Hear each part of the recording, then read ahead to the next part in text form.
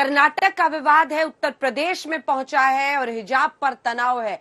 5 राज्यों में चुनाव है। क्या इसी वजह से इस मुद्दे को इतना हम बढ़ता हुआ देख रहे हैं? आखिर क्या वजह है? क्या है सही तरीका इसका मुकाबला करने का? आइए बातचीत करते हैं। हमारे साथ केरल के राज्यपाल इस वक्त आरिफ मोहम्मद खान साहब आज तक पर जुड़ रहे हैं।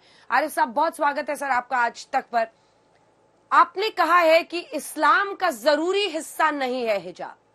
हिजाब पर बेवजह विवाद पैदा किया जा रहा है, लेकिन उनका तो ये कहना है, विपक्ष का ये कहना है कि जो सरकार है उसने परिस्थिति को ठीक से टैकल नहीं किया। बीजेपी नफरत की जो राजनीति करती है उसकी वजह से हिजाब को लेकर ये बवाल बढ़ा है। क्या कहेंगे आप? देखिए, मेरी राय क्या है ये इम्पोर्टेंट नहीं। जब हमारे सामने आप कोई कहिए कि हमारे संविधान में ये लिखा है, तो संविधान की कॉपी मौजूद है, संविधान की कॉपी उठाइए और उसे पढ़ लीजिए।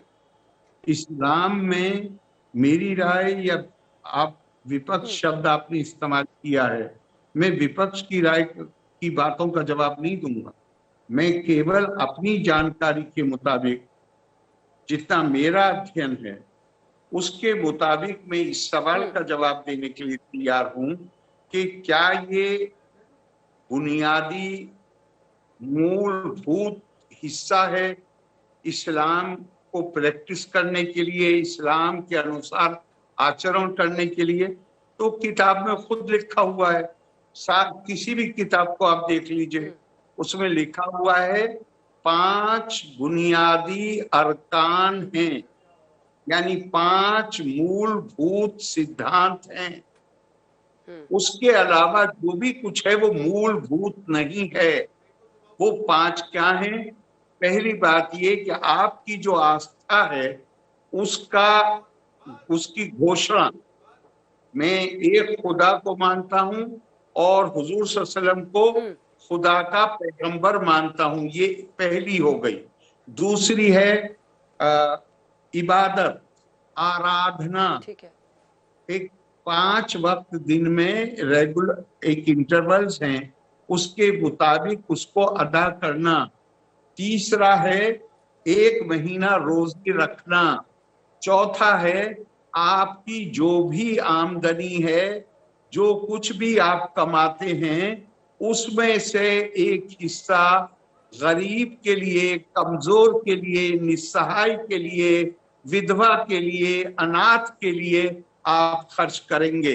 अगर आप कुरान को देखें तो कुरान तो ये कहता है कि आपसे लोग पूछते हैं वयसअलूनका माज़ा युनफ़िक़ून, हम कितना खर्च करें? कहिए कुलिल अफ़वाह, जितना तुम्हारी अपनी जाती जरूरत से ज्यादा तुम्हारे पास है उस सब कुछ को खर्च कर दो उनके ऊपर जो जरूरतमंद है। लेकिन हमारे जो लोग जिन्होंने कानून लिखे हैं उन्होंने 2.5% कर दिया उसको। तो वो बुनियादी रुकन है। ये 4 हैं जो सब पे लागू होते हैं। 5वां जो सिद्धांत है या जरूरत है, रुकन है, वो है हज करना। वो केवल उन लोगों के लिए आवश्यक है जिनके पास इतने साधन हैं कि वो ये सफर कर सकें, यात्रा कर सकें। उनके ऊपर ये जरूरी है कि जीवन में एक बार आपके पास चूंकि पैसे हैं तो आप एक बार हज करने के लिए जाइए। इन 5 के अलावा अगर कोई, जो भी लोग बोल रहे हैं, ठीक है सर, वो अगर मैं उनको बहुत दिल से धन्यवाद दूंगा अगर वो मुझे ये बता दें कि कोई छठी चीज है जिसको मूलभूत सिद्धांतों में जोड़ा गया हो, तो मैं उनके आगे नमन करूंगा और उनको धन्यवाद दूंगा। अगर छात्राएं ये कहती हैं कि वो हिजाब पहनना चाहती हैं वॉलंटरली, यानी स्वेच्छा से, तो फिर इसमें क्या गलत है? क्या आप इसको तब भी गलत मानते हैं?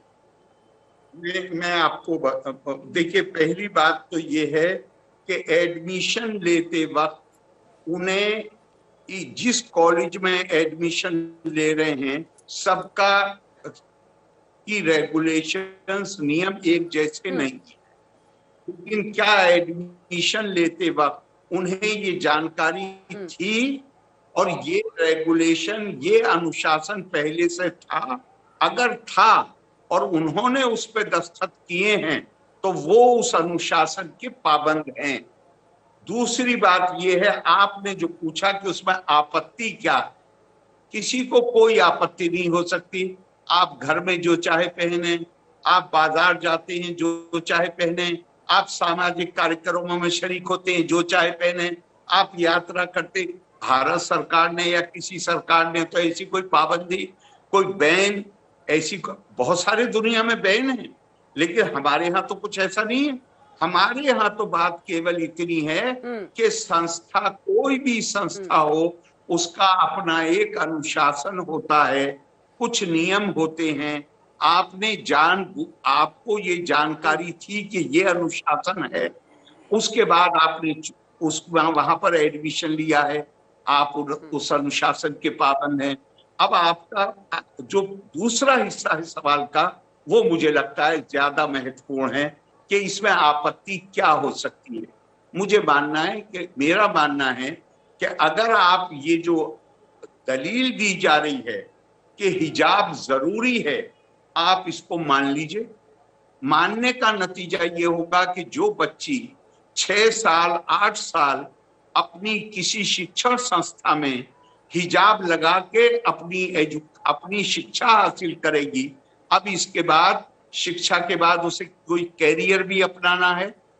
आज तो केवल आईएएस, आईपीएस, जो दूसरे मल्टीनेशनल प्राइवेट कंपनीज, सिर्फ केवल वो नहीं, आज तो हमारे देश की जो सुरक्षा संस्थाएं हैं, जो डिफेंस फोर्सेस हैं, उन्होंने अपने दरवाजे महिलाओं के लिए खोल दिए हैं। जब आप आप टीवी पे देखते हैं कि हमारी एक बच्ची फाइटर जेट चला रही है, तो कैसी गर्व की अनुभूति होती है। तो आप ये बच्चियां हिजाब लगाकर ये डिफेंस फोर्सेस को ज्वाइन करेंगी, ये हिजाब लगाकर छोड़ दीजिए आने वाले वक्त को। आज के वक्त में देखिए, एक मुस्लिम लड़की आईपीएस ऑफिसर के तौर पे काम कर रही है, बहुत सारी हैं जो काम कर रही हैं। अगर आप इनकी दलील मान लीजिए कि मुस्लिम आस्था को पर चलने का मतलब यह है कि आपको हिजाब जरूरी पहनना है, तो वो बहैसियत पुलिस ऑफिसर के क्या वो हिजाब पहन पाएगी? क्या वो अपना काम कर पाएगी? और अगर आपने ये मान लिया कि ये दिस इज एसेंशियल, ये जरूरी है, आस्था की ये मांग है, तो फिर वो अपने पोस्ट को तो छोड़ेगी नहीं, रिजाइन नहीं करेगी, बल्कि उसके दिमाग में पूरी जिंदगी एक भावना आ जाएगी, एक भावना आ जाएगी कि मैं गुनाह कर रही हूँ और मैं अपने जॉब की वजह से, अपने बच्चों की वजह से, इस्लाम जो मुझसे डिमांड करता है, मैं उस काम को नहीं कर पा रही। क्या मैं ये मानता हूं कि ये कंट्रोवर्सी नहीं है, ये विवाद नहीं है, ये साजिश है। दोबारा से मुस्लिम बच्चियों को, जब उनके कैरियर प्रोस्पेक्ट खत्म हो जाएंगे, तो उनकी रुचि शिक्षा के अंदर खत्म हो जाएगी। और एक बार फिर ये कोशिश है कि इन बच्चियों को घरों के अंदर कैद कर दिया जाए। एक बहुत सारे ऐसे संगठन हैं, लोग हैं जो ये कह रहे हैं कि जब सिख अपनी पगड़ी पहनकर स्कूल, कॉलेज, अस्पताल, जहां भी वो काम करते हैं, अपनी पगड़ी पहनते हैं, तो फिर महिलाओं को हिजाब क्यों नहीं पहनने दिया जाता है? इस पर आपका छोटा जवाब। आप किसी भी सिख ग्रंथ का अध्ययन करिए, वहां पे 5 चीजें हैं, वहां भी 5 चीजें हैं या 4 चीजें हैं जो आवश्यक हैं। उसमें कड़ा है, उसमें किरपान है, उसमें केश है, और केश है तो पगड़ी है। और भारत के संविधान में भी लिखा हुआ है आर्टिकल 25 में कि सिख का ये अधिकार होगा कि वो किरपान, पहनना शब्द इस्तेमाल हुआ है, वियर कर सके। मैंने आपको पहले ही बता दिया, इस्लाम में तो हिजाब को बुनियादी चीज नहीं बताया गया है, उनके यहाँ तो उसको बुनियादी चीज बताया गया है। जिस तरह हर पुरुष और हर महिला प्रतिष्ठा के अधिकारी हैं, हिजाब का तो शब्द ही कहीं प्रयोग नहीं हुआ है, खिमार शब्द का प्रयोग हुआ है। वो यहां भी मैं कहूंगा कि अगर कोई दूसरी तरफ से बात करने वाले अगर मुझे कहीं दिखाते हैं कि हिजाब शब्द महिलाओं की वेशभूषा के सिलसिले में इस्तेमाल हुआ है, तो मैं उनको भी नमन करूंगा और उनको बहुत धन्यवाद दूंगा। बहुत सारी पढ़ी लिखी मुस्लिम महिलाएं हैं, संगठन है जो ये कह रहे हैं कि पहले ही शिक्षा को लेकर और खास तौर पर लड़कियों की शिक्षा को लेकर बहुत ज्यादा अज्ञान है और रिलक्टेंस है, यानी उसके लिए तैयार नहीं रहते हैं। ऐसे में हिजाब पहनाकर अगर बच्ची को वो पढ़ने के लिए भेजते हैं तो उनको लगता है कि कम से कम उन बच्चियों को मौका तो मिल रहा है, तो हिजाब को चलने दिया जाए। जो महिलाएं ऐसा कहती हैं उनको आपका क्या जवाब होगा? उनका ये तर्क है कि कम से कम हिजाब पहन के ही सही, एजुकेशन तो मिल रहा है, अगर वो ऑप्शन भी खत्म कर देंगे तो शायद उन बच्चियों को घर से निकलना ही ना दे पढ़ने के लिए। ये दलील इसलिए सही नहीं है कि जो बच्चियां आज प्रोटेस्ट कर रही हैं, वो जब से उन्होंने एडमिशन लिया है वो कभी हिजाब नहीं पहनी है, उनके फोटो भी आ गए, उन्होंने एप्लीकेशन फॉर्म पे दस्तखत किए हैं, उन्हें ये पता है कि इस कॉलेज के अंदर ड्रेस कोड ये है। हमारे यहाँ देश में कोई ड्रेस कोड नहीं है, न किसी ड्रेस के वेशभूषा के पहनने पे पाबंदी है, लेकिन संस्थाओं को आप जहां काम करना चाहते हैं, जॉब करना चाहते हैं, जहां प्रोफेशन है आपका, उनका अपना अनुशासन होता है। अगर ये दलील सही होती तो ये लड़कियां यहाँ एडमिशन ही न लेती। इन्होंने और ना इन्होंने पिछले वर्षों में कभी ये हिजाब पहना है, तो कहीं ना कहीं ये नौजवान बच्चियां हैं, इनकी उम्र कम है, इन्हें कोई जो स्वार्थी तत्व हैं वो कहीं इनका इस्तेमाल करना चाह रहे हैं। मैं आपसे एक बात कहता हूं, जो लोग हिजाब के पक्ष में बोल रहे हैं, जिन्हें आप पढ़ी लिखी महिलाएं कह रही हैं, वो खुद हिजाब क्यों नहीं पहनती हैं? उनकी अपनी बच्चियां हिजाब पहनती हैं। जो आदमी सपोर्ट कर रहे हैं, जरा उनकी बच्चियों को देखिए कि वो कहाँ पढ़ती हैं और क्या वो हिजाब पहनती हैं। ये तो केवल शोषण करने के लिए, और आज एक वर्ग वो है जिन्हें आदत पड़ी हुई थी कि वो धमकी की जुबान बोलते थे। अब तो ये प्रतीकात्मक बन गया ना खान साहब, अब तो ये देखिए सिंबॉलिकली यूज किया जा रहा है। असदुद्दीन ओवैसी ने आज कहा है कि एक हिजाब पहनी हुई औरत ही देश की अब प्रधानमंत्री बनेगी। मैं ये लोग क्या बोलते हैं, मैं अब शायद हिंदी में कहना सही नहीं रहेगा, but I would like to view it with the contempt that it deserves. ये वो लोग हैं जिन्होंने हैदराबाद को, देश आजाद हुआ 15 अगस्त 1947 को, और हैदराबाद देश का हिस्सा बनने के लिए 1948 में पुलिस एक्शन करने के लिए इन्होंने मजबूर किया। ये तो भारत को नहीं मानते, ये तो इनकी मजबूरी है। जो मौका मिलेगा उस मौके पे ये देश को कमजोर करने और देश को, सरकार को एम्ब्रेस करने के लिए, परेशानी पैदा करने के लिए ये जो भी बोलेंगे, जो भी करेंगे, उसका ये मकसद होता है। मैं ऐसे लोगों की बात का जवाब नहीं देना चाहता।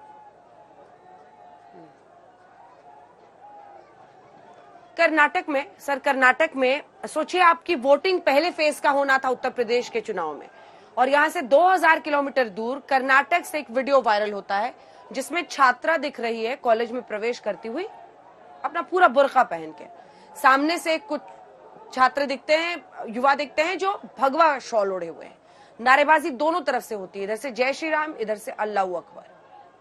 ये आरोप लगा कि इन लड़कों ने उस लड़की को धमकाया, डराया, और फिर ओवैसी साहब ने उनको शेरनी कहा। सारे नेता से लेकर अभिनेता, फिल्म स्टार्स बॉलीवुड के, सब कूद गए मैदान में।